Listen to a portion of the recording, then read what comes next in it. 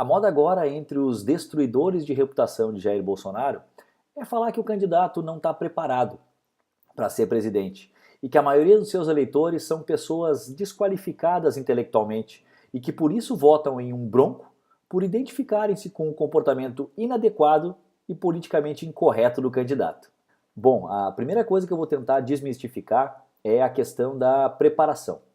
Ao longo dos meus anos trabalhando com ensino profissionalizante, especialmente na área de gestão de negócios,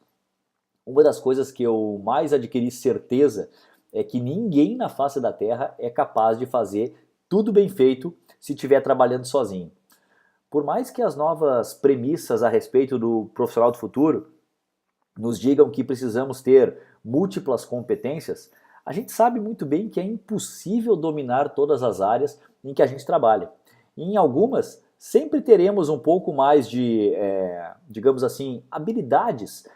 do que em outras. E é exatamente nessas que nós devemos investir o nosso esforço e o nosso tempo, afinal de contas é o que a gente sabe mais.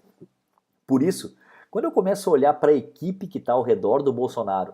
e a sua capacidade de escolha baseada principalmente em meritocracia e não no loteamento de cargos de acordo com o partido ao qual essas pessoas pertencem, eu penso que quem o chama de desqualificado, na verdade, é que é o verdadeiro desqualificado.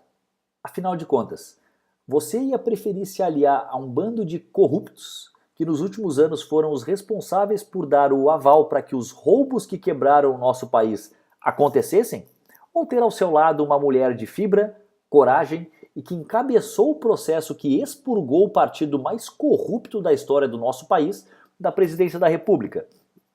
Preferiria ter mais tempo de televisão para fazer promessas que nunca vão ser cumpridas ou ter em sua equipe um dos maiores expoentes mundiais do liberalismo econômico como seu provável ministro da Fazenda?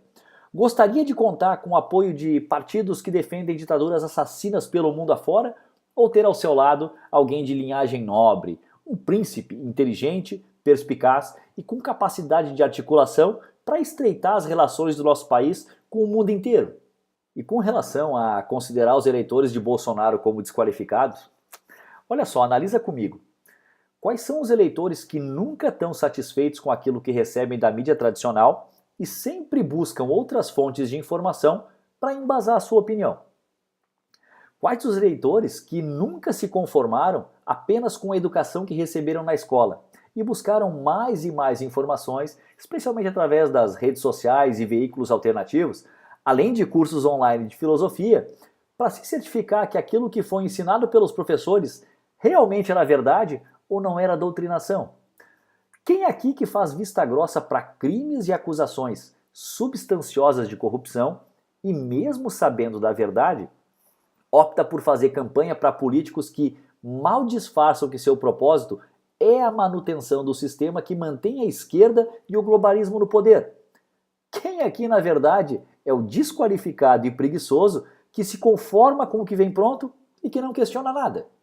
Eu até entendo que a vontade que você sente de tentar desqualificar Bolsonaro e os seus eleitores, mesmo sem entender direito por que está fazendo isso,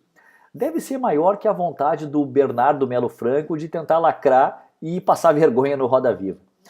Porém, muito mais do que representar o seu João e a Dona Maria,